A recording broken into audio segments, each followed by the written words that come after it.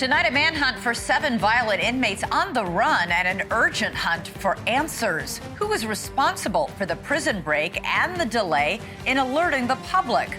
Well, it depends on who you ask. I'm Elizabeth Vargas, and America's News starts right now.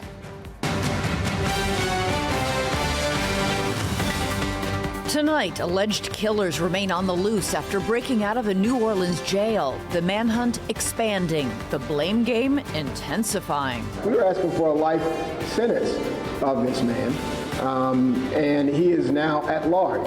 Plus, we'll speak to the Orleans Parish District Attorney who says his life is in danger as long as these men remain free. Then President Trump signs the bipartisan Take It Down Act, criminalizing revenge porn and AI deepfakes. Can it be enforced, and will the internet giants comply? And later, I think it's very sad, actually. I'm surprised that it wasn't, the public wasn't notified a long time ago, because to get to stage 9, that's a long time. President Biden diagnosed with an aggressive form of prostate cancer, but with arguably the best health care on planet Earth. How did it go undetected? And was the White House hiding yet another important issue with the president's health? But first, 4 days after 10 inmates broke out of a New Orleans jail, 7 violent offenders remain at large tonight. As the manhunt spreads to include 7 states, the finger-pointing has already started among local officials, who are all blaming each other for a major security lapse. Louisiana Governor Jeff Landry said the public deserves to know how this happened and who helped those inmates get out. 3 jail staffers have been put on administrative leave without pay, pending an investigation. It appears the inmates didn't just have help on the inside, though. Governor Landry says someone could be helping them on the outside as well. We will find them, and we will bring them back to justice. And to repeat what the colonel said, if anybody harbors them, if anybody aids them, and we find out, we will arrest you. And we will bring you to justice as well. Now, the issue of inside help won't be the only detail under the microscope in the coming days and weeks. The jail is also getting intense heat for how long it took staff to realize the men were gone and how long it took them to alert the public and the police. New video tonight shows 2 of those inmates walking down the street. They aren't wearing prison jumpsuits. They're wearing jeans, sneakers, and hoodies. The timestamp on that surveillance camera is 9:58 in the morning on Friday. Police had not yet been notified, nor had the public. It's believed the men broke out at around 12:20 a.m. Friday morning. They were caught on surveillance video pulling on a cell door that apparently had a defective lock, one of many issues plaguing the underfunded, overcrowded facility. Then they escaped through a hole in a wall behind a toilet and wrote the words "too easy" on the wall, misspelling the word "too." Apparently, the jail's literacy program is as substandard as its security measures. Cameras caught the escapees then running out the loading dock and down the stairs in their orange jumpsuits, scaling a fence, and then running across a busy highway. Yet department officials didn't know they were gone until a head count the next morning at 8:30. The police chief says his department wasn't told about the escape until 2 hours after that. So to put that into perspective, you could basically fly from New York to California and back by the time the public was alerted that these inmates were on the loose. Earlier today, the Orleans Parish District Attorney Jason Williams said his office didn't even find out from the police or the jail, but through the media. D.A. Williams personally prosecuted Derek Groves, one of the men who escaped, for a high-profile murder on Mardi Gras back in 2018. The DA says he fears for his staff's life and his own life, so much so that some of his staff members have left town for their own safety. Orleans Parish District Attorney Jason Williams joins me live now. Thanks very much for being here. So you say it's by the grace of God that no citizen has been hurt, that these escaped inmates are dangerous. That's absolutely right. Desperate people do desperate things. At least one of these individuals facing a life sentence. The other were facing double-digit years. The fact that they have not tried to take a person's car to get away in those early morning hours or any of the hours since they have been on the loose It's just simply grace of God. God is watching over the city of New Orleans and surrounding parishes, but every single day that they're on the loose, people are in danger. You found out about this jailbreak by watching the news. Nobody called your office. Nobody notified you, given the fact that you were in the process or in the past have prosecuted these men? That's exactly right. I am a rock's throw from the jail. I just looked at it out of my window. We came into our office this morning, or Friday morning rather, not knowing that individuals that we had prosecuted, one individual who was facing or serving or about to serve a life sentence that we asked for 3 separate times, who was gang affiliated and had threatened witnesses during his other trials, was on the loose. Just a matter of professional courtesy, just a heads up that maybe we might want to be on high alert when walking into the building. We were told nothing. Some of your employees have left town, have gone into hiding. You personally prosecuted, as we just said, one of these men. Are you concerned about your own safety? And I don't want you to reveal where those employees have fled to, but how many of the people in the prosecutor's office are worried now about their safety? Well, everybody's worried. We're a rock's throw from where these folks broke out of. If 10 people can break out of a facility in such short order, I don't have a whole lot of confidence on the people that are in custody right now. But beyond the lawyers and prosecutors who prosecute these cases, we had witnesses. We had next of kin who came in and stared this man down in court and testified against him. We had to relocate these families as well. And it's a sin and a shame that these folks are now being traumatized again after being brave and courageous enough to come forward. And this is also going to have ripple effects on other cases when you look at the impacts of this. You called this a very dangerous situation, made more dangerous because of poor leadership and, quote, a lack of transparency. Absolutely. This is, number one, this is not an old jail with crumbling infrastructure. We keep hearing the sheriff say it's a really old jail. We need all this money to repair it. It's like falling apart. It's not? Yeah, that's absolutely incorrect. She has $14 million in her operating account.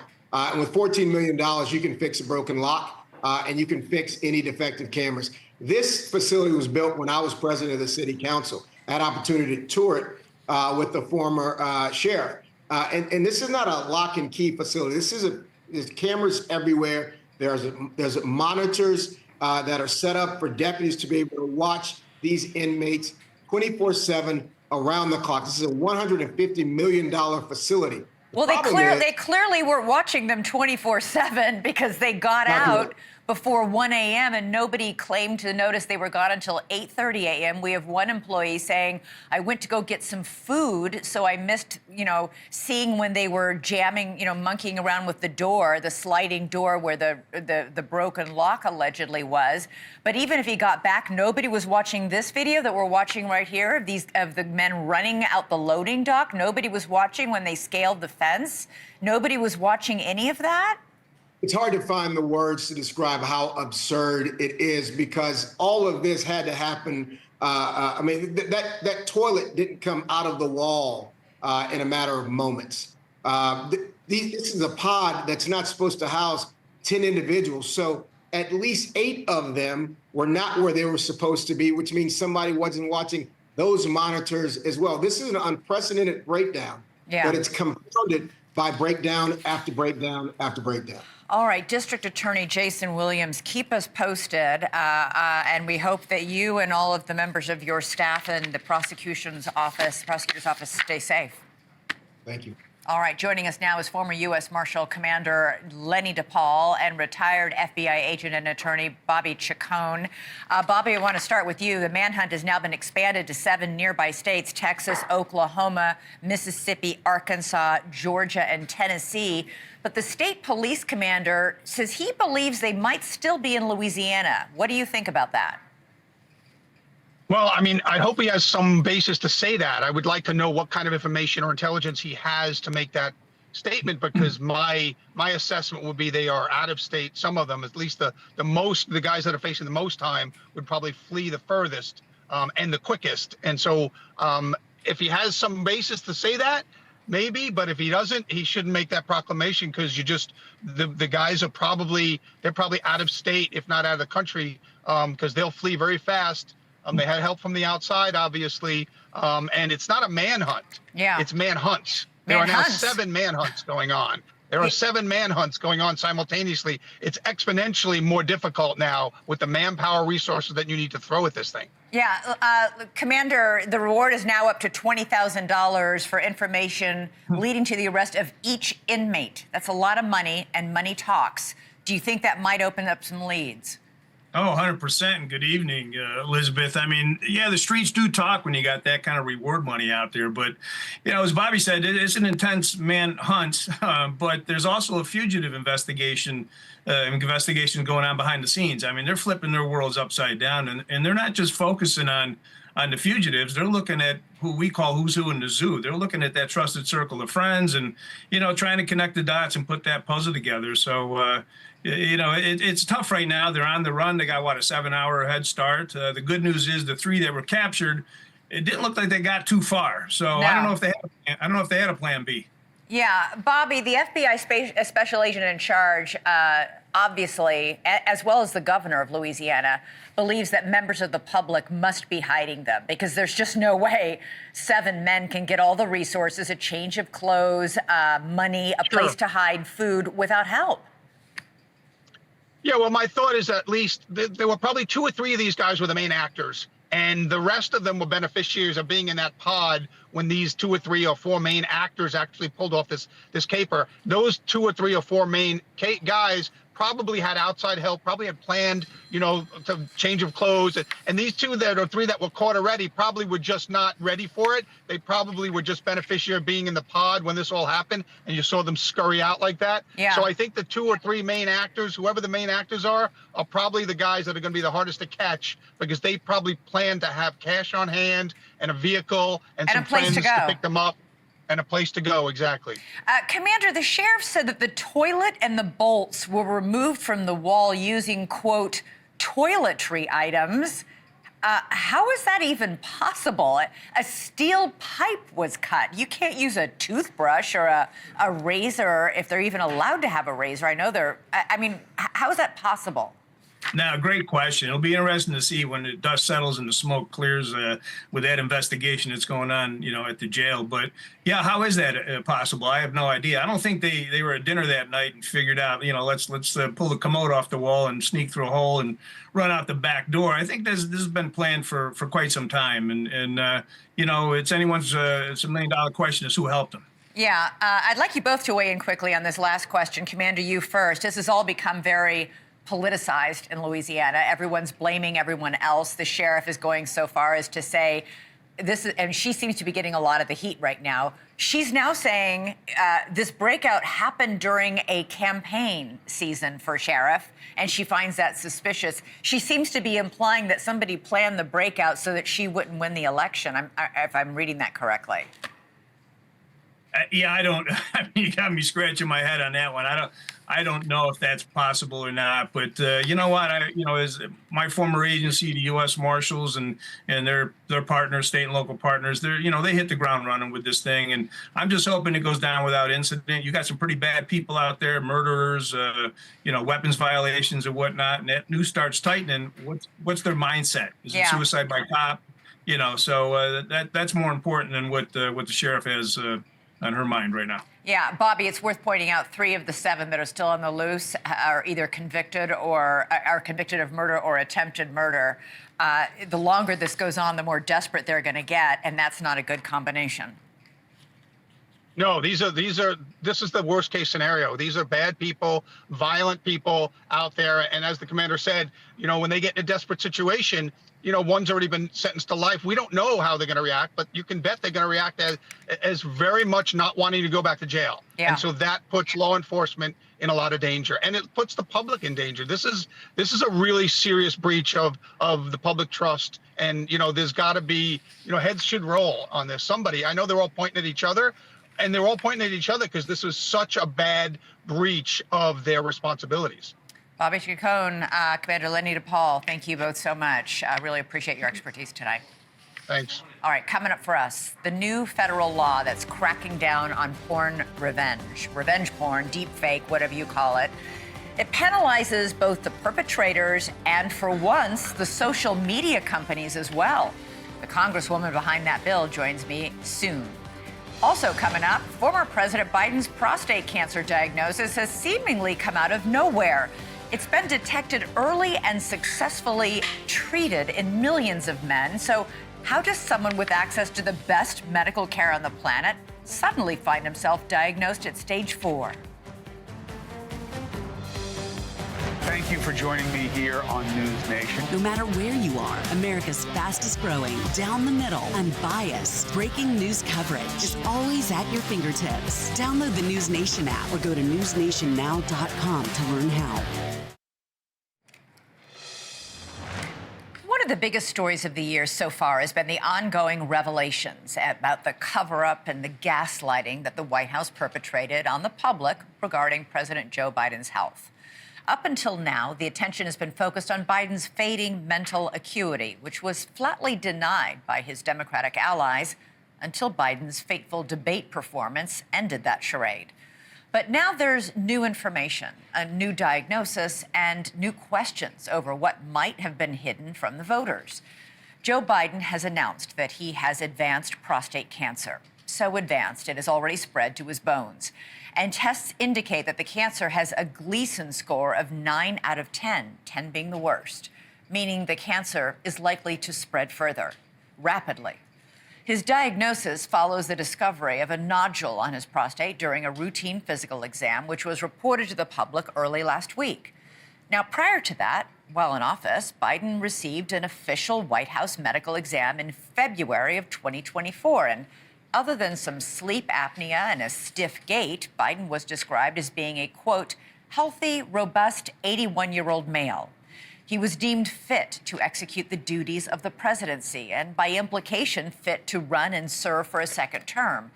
There were no abnormalities reported in his blood work. In fact, the reports very explicitly said that no new health concerns were identified.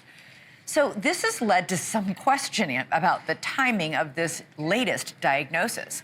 How long has the former president had prostate cancer? And did it go unnoticed during his White House medical exams? It's a question that was alluded to at the White House press briefing today. Follow up on former President Biden. White House doctors may have missed the early stages of his prostate cancer. So is President Trump worried about the quality of care that presidents get here?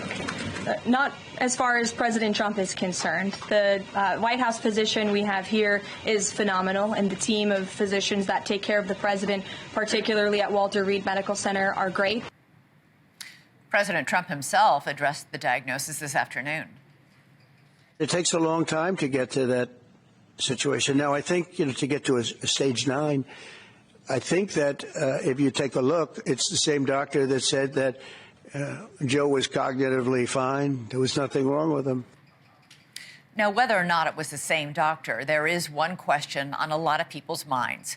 How does a person with access to the very best medical care on planet Earth have no idea they have a treatable cancer until the very point that that cancer has spread and progressed to stage 4, 9 on the Gleason scale? The vast majority of prostate cancers are diagnosed before they spread. So what went wrong here? To get a better understanding on all of this, let's bring in Dr. Judd Mowell. He's a urologist at Duke University and has been treating patients since the 1980s. Also joining us is Colby Hull. He is a NewsNation contributor and founding editor of Mediaite. I'm going to get some medical questions out first, so hang on, Colby.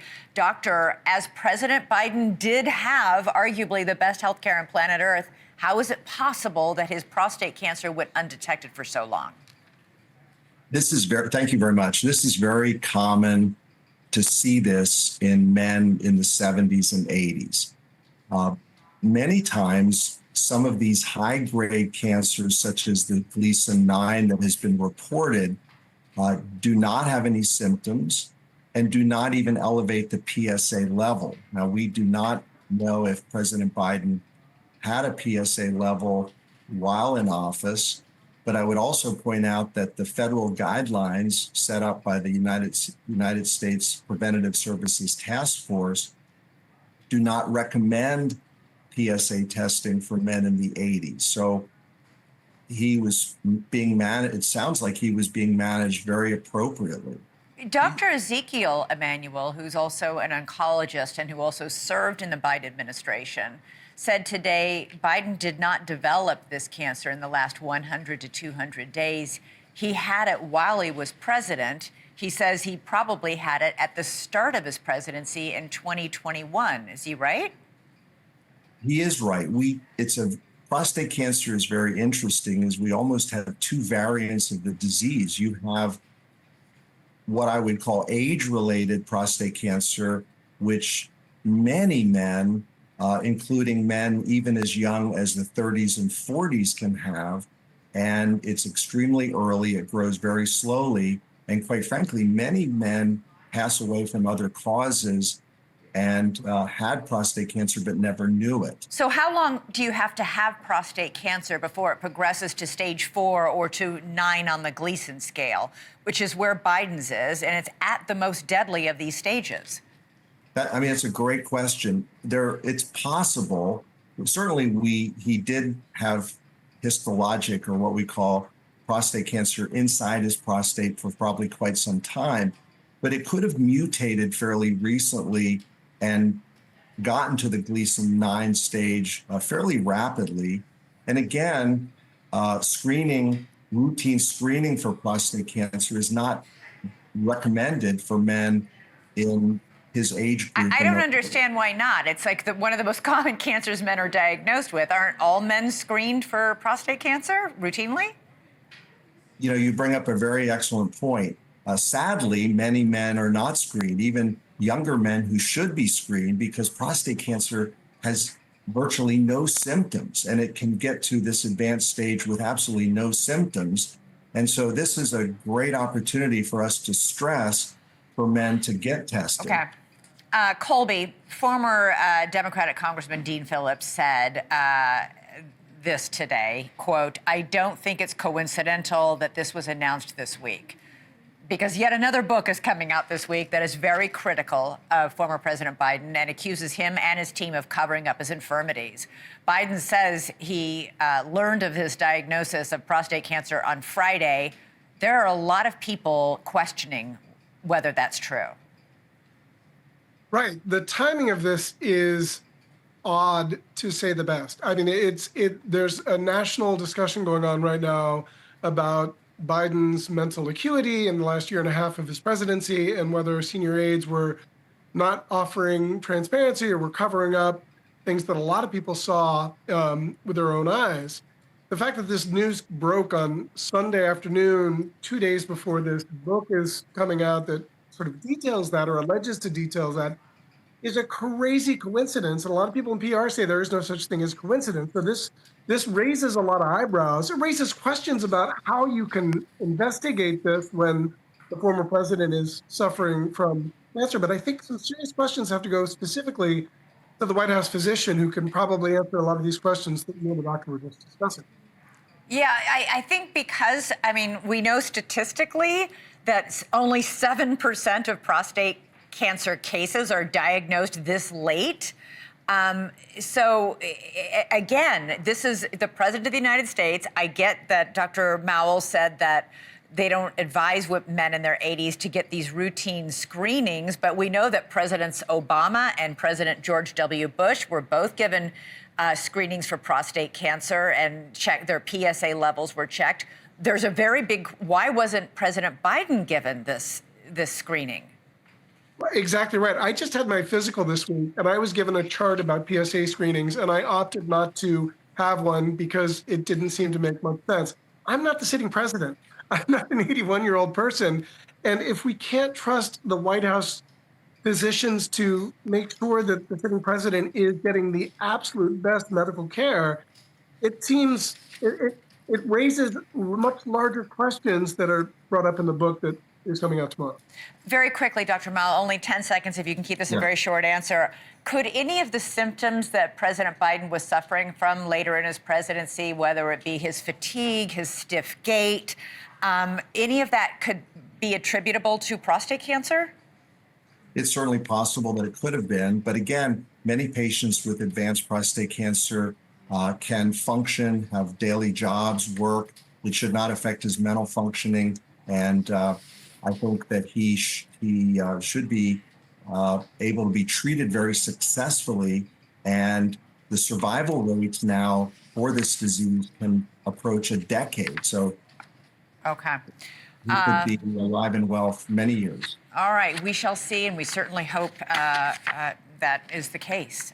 Dr. Judd Mowell, Colby Hall, great to have you both on the show. Really appreciate it. Thank you very much. All right, switching gears now, coming up, around 1 in 25 Americans say they have been victims of something called revenge porn. And with the rise of AI and deepfakes, that figure could get much worse. But now a brand new law spearheaded by Congresswoman Maria Salazar will protect the victims of revenge porn by holding its distributors to account. That's next.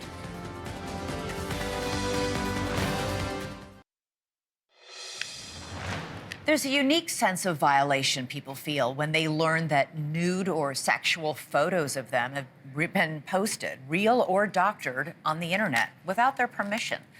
This is called revenge porn, and tens of thousands of people have been the victims of it. The impact is profound. Some experts compare the psychological trauma to that experienced by sexual assault survivors. It doesn't matter if you've never posed nude, because AI now makes it easy to upload your likeness and generate some deep fake photos with you as the star. The issue was so serious that it's gotten the attention of congressional lawmakers from both sides of the aisle. But it was one Texas teenager's story that really set things in motion. Elliston Berry was 14 years old when a classmate took a picture of her off of Snapchat and then used a computer program to create a nude photo of her. Snapchat then refused to remove the deepfakes for nearly a year. Elliston has since become an advocate for the Take It Down Act, sponsored by her Senator Ted Cruz. First Lady Melania Trump championed the bill and invited Elliston to be her guest at the president's State of the Union address to the joint session of Congress in March.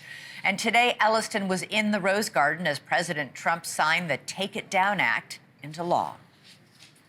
With the rise of AI image generation, countless women have been harassed with deepfakes and other explicit images distributed against their will. This is the wrong, and it's just so horribly wrong. And it's a very abusive situation, like in some cases people have never seen before. And today we're making it totally illegal. Now, the law criminalizes revenge porn, including non-consensual, deepfake, intimate photos. It carries a punishment of up to 3 years in prison, and notably, it penalizes social media companies that don't take the photos down within 48 hours of a victim's request.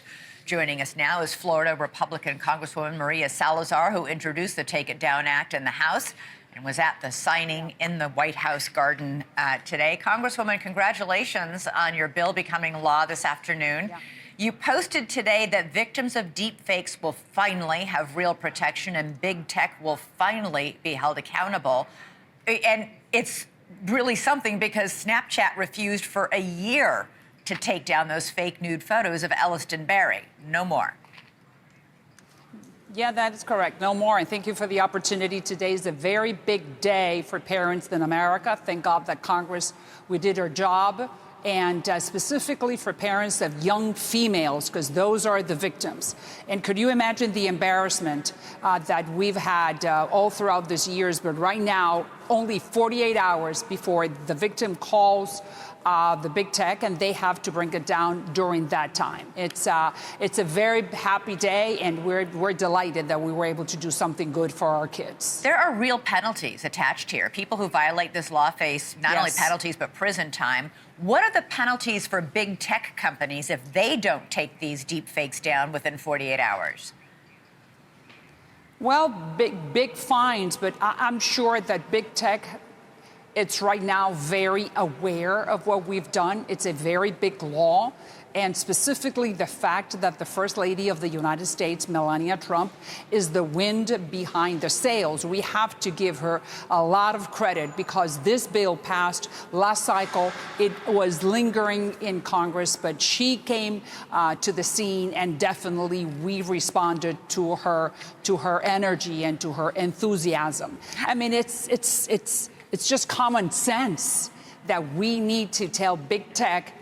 Apparently, they didn't want to listen to the victims before. The victims did not have any type of recourse. They would call the police, or the school would call the big tech, or the parents would call big tech. And like you said, Snapchat, Instagram, Facebook, no one really paid attention. But right now, it's federal law.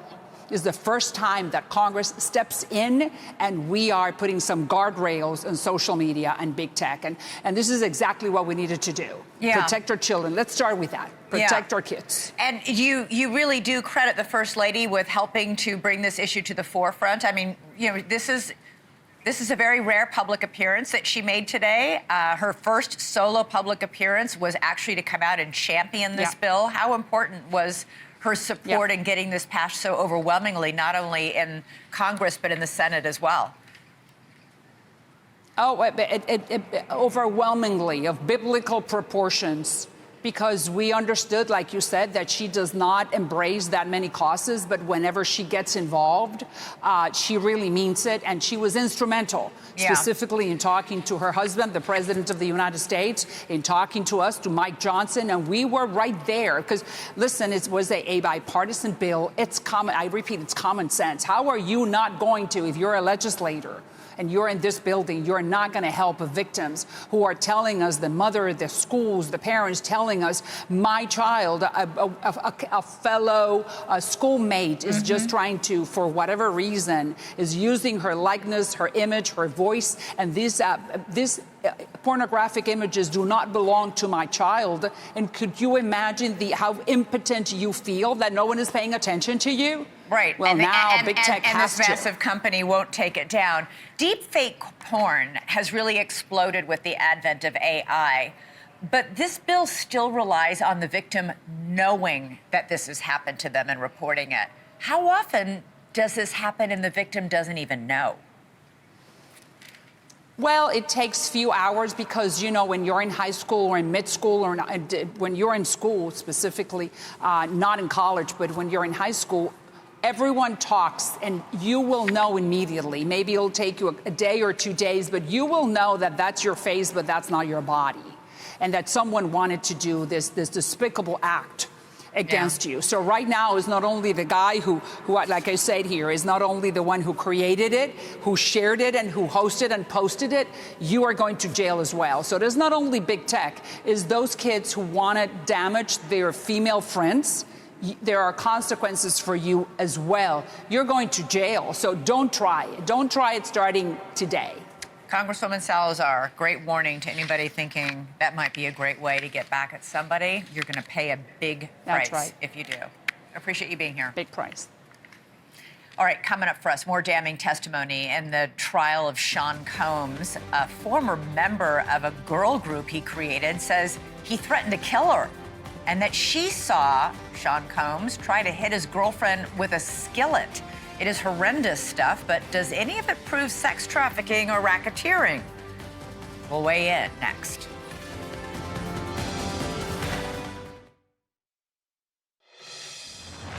If you pay somebody hush money, it's safe to assume you've done something you want hushed.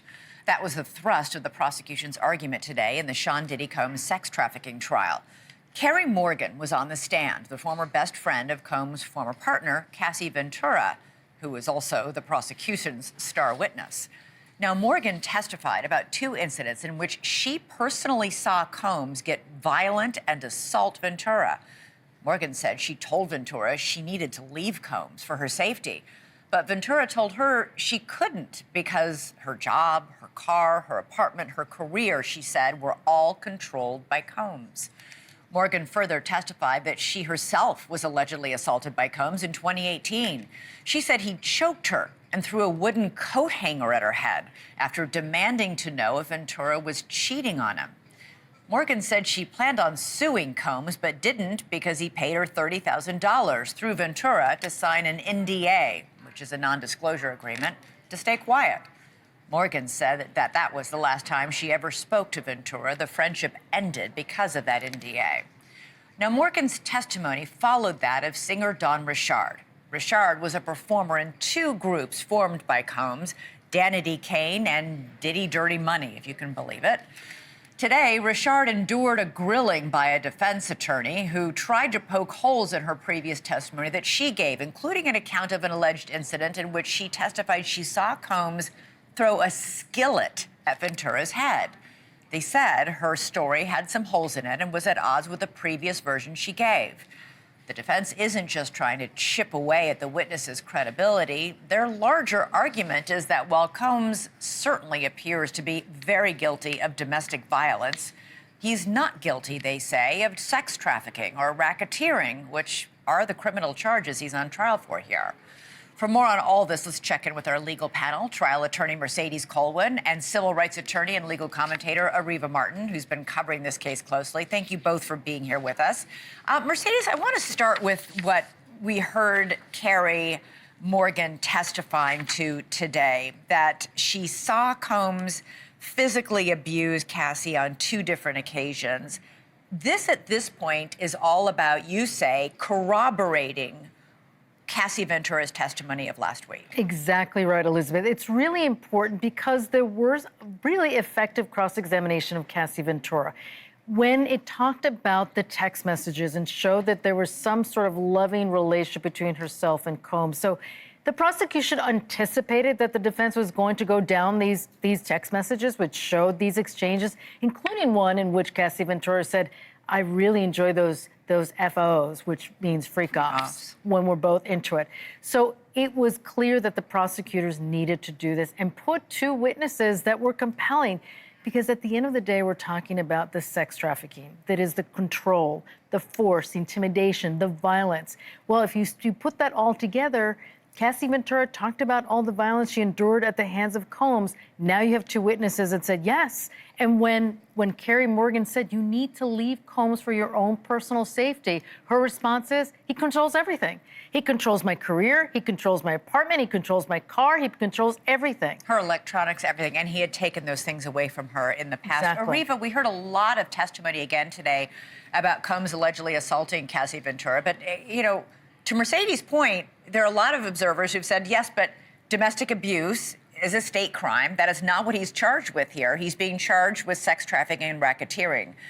Do you agree with Mercedes that what they're doing by establishing the control and coercion, that does stack up and amount to sex trafficking?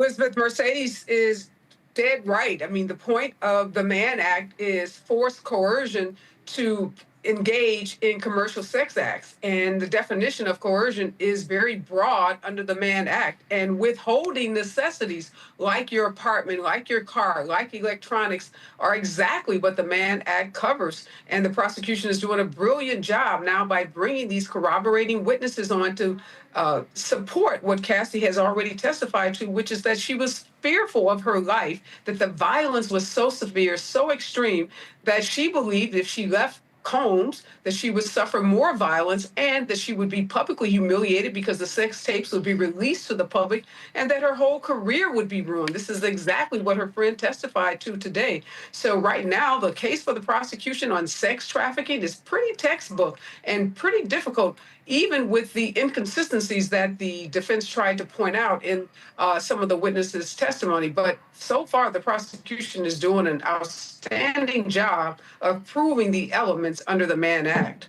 And Mercedes, what about the fact that we heard testimony today that Sean Combs paid $30,000 and had one of these witnesses, Morgan, who had to sign an NDA? Right. Well, that's something that I have in common practice. I mean, I do have these NDAs for the high-profile clients I have and celebrities. It's a matter of course. It's a way of doing business. Not unusual. Not unusual for... Nor criminal. Not criminal either. And $30,000 is probably a very low payment, and I'm not sure what the motivations were. Maybe they didn't want to have any sort of litigation, and the cost of litigating cases, especially one that's described by Morgan, where she claims that she was assaulted, would be far more than $30,000. And of course, coming up, we've got the testimony from this doctor who is an expert on why victims of sexual abuse, physical abuse, often stay with their abusers. Areva Martin, thank you so much. We look forward to having you back on. We're looking forward to both of your insights going forward. Mercedes Coleman, Good to see really you. appreciate it. Great to see you. All right, coming up, we're going back to one of our top stories, former President Biden's cancer diagnosis. Did the media cover up his decline? We'll discuss with Chris Cuomo when he joins me live, coming up next.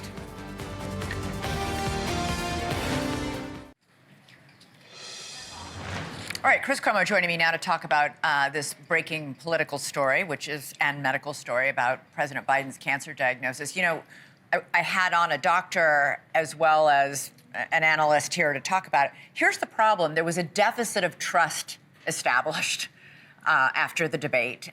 People are now don't trust that what they're getting is the straight story. So now there's a lot of questions out there about whether or not, why didn't we know about this cancer diagnosis before now? Why wasn't he tested before now? How can you be president of the United States with the best health care on planet Earth and not know you have prostate cancer until it's this far along?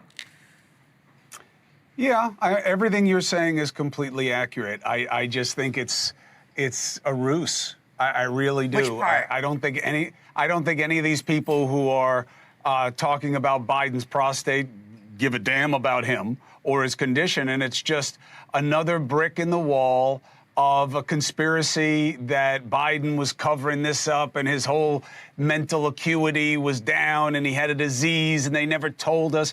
And there is a concerted effort to destroy trust in everything. And everything gets passed through the same filter and made into the same chopped meat. And this is just the flavor of the moment, and it'll be done in 3 days. Yeah, record polls show that trust for Americans across the board, trust in just about everything, is at record lows, all-time lows. People just don't trust anything right now. Well, first of all, not new for Americans to be skeptical, suspicious, maybe even cynical.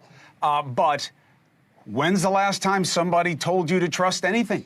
Yeah. Or gave you a reason to trust anybody? We keep getting people elected who seem to do the best job of convincing you at home that the other person is worse and you should trust them even less. Yep. So what do we expect, Elizabeth? That's what we're up against. All right, Chris Cuomo, it's all yours. Take it away.